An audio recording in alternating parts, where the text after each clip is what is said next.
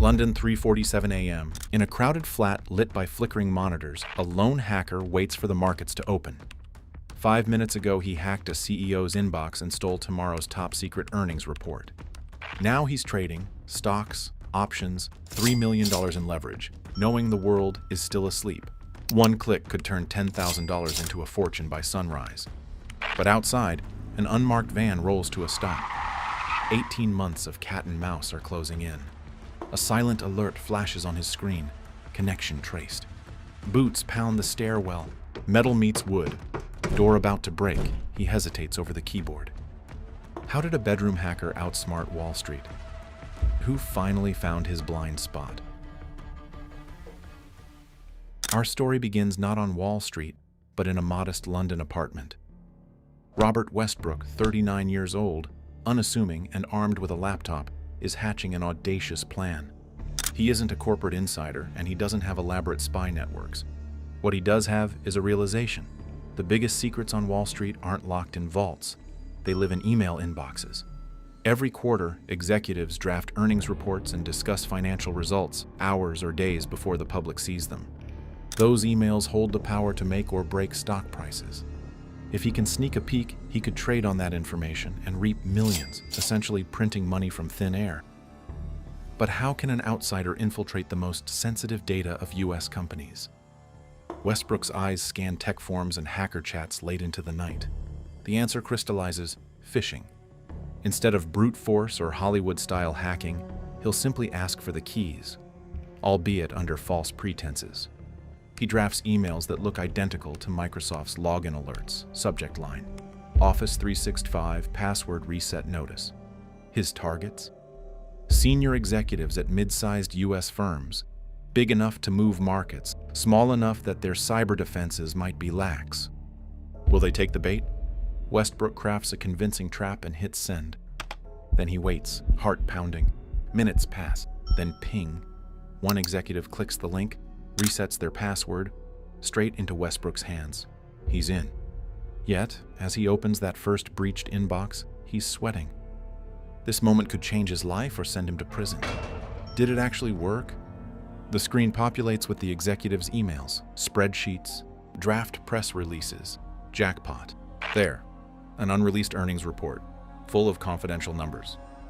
The company's revenue is far higher than analysts expect. When this news goes public tomorrow, the stock is bound to explode upward. Westbrook can barely contain his excitement. He's about to become an insider without ever setting foot in the company. But can he capitalize on this secret without getting caught? Westbrook moves quickly, fingers flying over his keyboard. Using the stolen executive credentials, he sets an auto-forwarding rule so every incoming email also quietly copies to his burner account.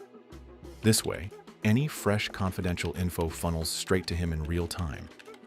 It's a silent, persistent backdoor. Before logging out, Westbrook carefully covers his tracks, marks messages as read, deletes any obvious traces of unusual activity. The goal is to stay invisible for as long as possible. Armed with the non-public earnings data, he now turns to trading. The company's stock is trading at $20, but Westbrook knows by tomorrow's earnings call it could skyrocket. How to maximize profit? Options. Instead of just buying stock, cheap contracts that will multiply in value if the stock jumps. In the pre-dawn darkness, he purchases thousands of options set to expire shortly after the announcement. It's a bold, risky bet. If he's wrong, or if someone notices the unusual trading, it could all collapse. But he's not wrong. He has the truth before anyone else. But will greed blind him to that risk? Moments after the company publicly releases its earnings, pandemonium hits the market. The earnings are a blowout. The stock soars exactly as Westbrook anticipated. His once cheap options explode in value. In a single morning, he turns a few $1,000s into hundreds of thousands. It feels unreal. Money out of thin air from a PDF nobody else has seen. Westbrook sells the options in short order and cashes in. The first score, complete. His heart races, not just from the profit, but from the sheer power of what he's done. Somewhere in an American boardroom, executives congratulate themselves on a successful quarter, unaware that a faceless intruder across the ocean just siphoned profit from their news. And Wall Street? It's blind to the hack. Traders attribute the market moves to normal earnings volatility. No one suspects a phantom in London pulling strings. Westbrook leans back in his chair, a grin spreading. If one earnings heist can net 6 figures, what could a dozen do? Emboldened by that first win, Westbrook scales up. Over the next year, he quietly breaches more companies, 5 in total, each carefully chosen. A food container manufacturer, a construction firm, a software provider, a gas station chain, a telecom hardware maker. Not household names to the average person, but each with stock prices that swing wildly on earnings news. With each target, his modus operandi is refined and ruthlessly efficient. Phish the exec, hijack the Office 365 account, set auto forward, trade, profit, repeat. But how long before one IT admin notices the silent auto forward rule? Quarter after quarter, at least 14 earnings announcements are compromised this way. It's as if he's ghostwriting part of the stock market script and cashing in on every plot twist. To keep his operation under wraps, Westbrook doubles down on anonymity. He routes his internet traffic through layers of VPN services, bouncing his connections across continents to mask his London IP. He uses disposable anonymous email addresses for the hacks and separate accounts for trading, all under fake names. The money he's making, nearly $3.75 million in total illicit profit, must be laundered carefully. He converts chunks of his gains into cryptocurrency, believing that will cover his tracks.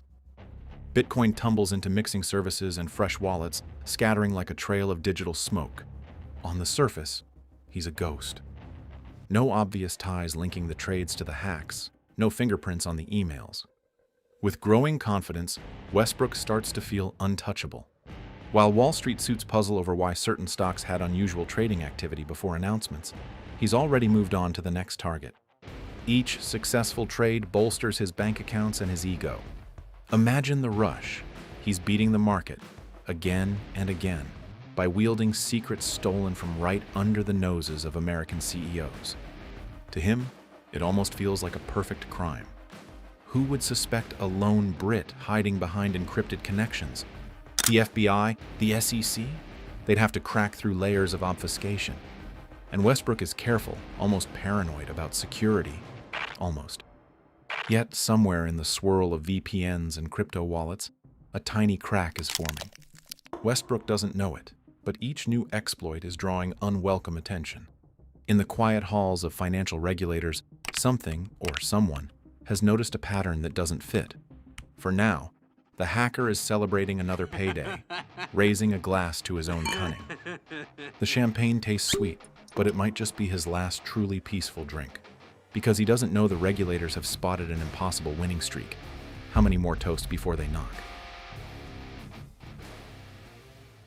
Earnings season 2020.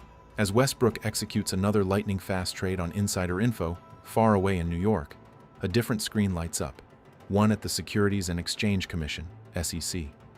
Sophisticated algorithms flag an anomaly. Someone is buying a lot of options right before earnings, repeatedly, and winning big every time. To the SEC's Market Abuse Unit, this is the equivalent of spotting a unicorn. Random luck could explain one fortuitous trade, but a string of them? Highly unlikely. Whispers of suspicion ripple through the halls. Could there be an insider trading ring operating? Or something even more insidious? A hacker? Regulators and analysts begin quietly piecing together clues.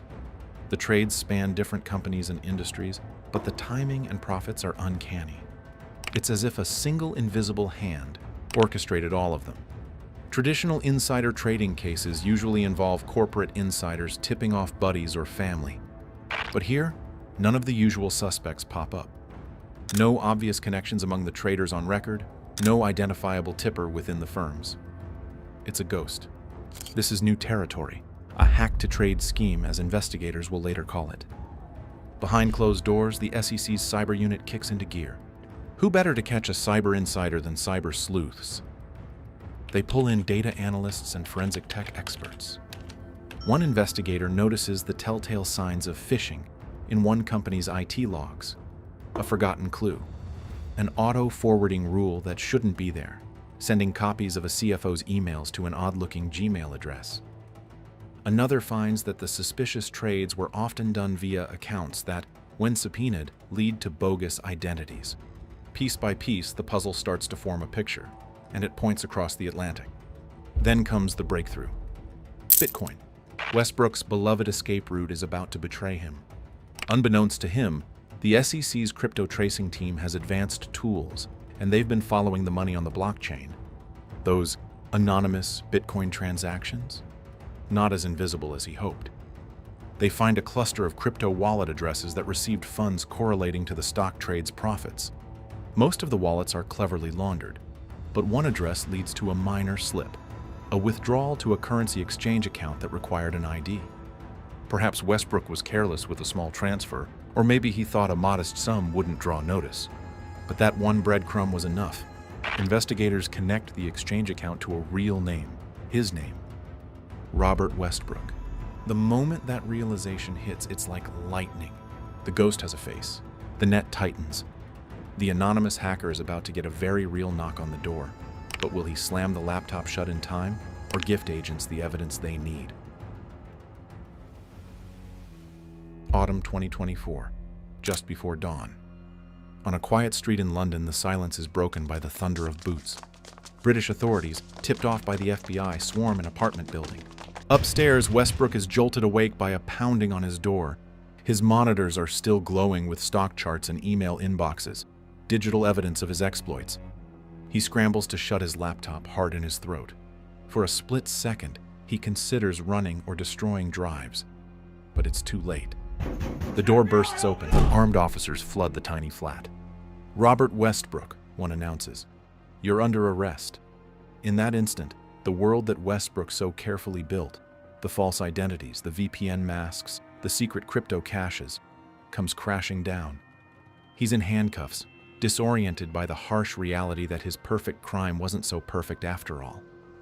As he's led out into the chilly morning air, neighbors peep from behind curtains, utterly surprised that an international market fraud was operating next door. Westbrook's mind races. How did they find me? He thought he had erased himself, but investigators later explained that even his sophisticated maneuvers left digital breadcrumbs.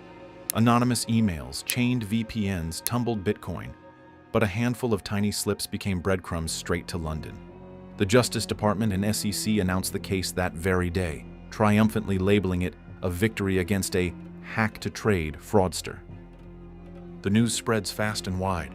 Headlines tout the arrest of the UK hacker who stole corporate earnings to make $375 million in illegal trades. 5 companies' confidential data had been compromised. Though fortunately, no customer data. It was intellectual property, the financial secrets, that he stole. In Newark, New Jersey, U.S. prosecutors unseal an indictment charging Westbrook with securities fraud, wire fraud, and multiple counts of computer fraud. Each charge carries hefty prison time, decades potentially. The SEC piles on a civil lawsuit seeking to fine him and claw back every dollar of his ill-gotten gains. Overnight, Robert Westbrook transforms from a mysterious phantom profiteer into a very real defendant facing justice. As he sits in a holding cell, awaiting extradition to the United States, one can only imagine what goes through his head.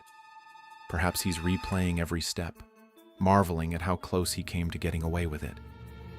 Or perhaps he's simply numb, confronted with the stark truth that Wall Street's watchdogs were more vigilant than he assumed. The hacker who once thought himself invincible has been defeated not by Wall Street's bankers, but by its regulators. Yet even as this chapter closes for Westbrook, a larger story is only beginning to unfold in financial centers around the world.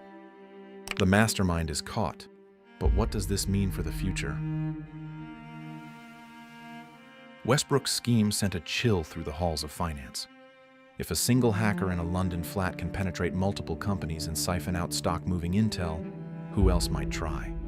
Regulators are now sounding the alarm. Data breach insider trading could become a scourge that outpaces traditional Wall Street fraud. In fact, Westbrook's caper is just the latest in a series of wake-up calls. Not long before, a Russian hacker named Vlad Klushin pulled off a similar hack-and-trade scheme, netting over $90 million by infiltrating U.S. filing agencies. An operation so big, it grabbed global headlines. And years earlier, groups of Ukrainian hackers breached newswire services to steal earnings releases, teaming up with corrupt traders to profit around $100 million. The pattern is clear. As more market-sensitive data goes digital, the temptation for hackers to exploit it skyrockets. And what about Westbrook? His fate now serves as a cautionary tale. Facing potentially decades in prison if convicted, he is a living example of digital hubris, brilliant in execution, flawed in foresight. He exploited the system's weakness, but underestimated the guardians of that system. Yet an uneasy question appears. Was Westbrook just an outlier or a pioneer? Westbrook hacked inboxes, others hack entire countries. To see how a single hacker destroyed North Korea's internet, make sure to watch this video. The hacker who took down North Korea's internet.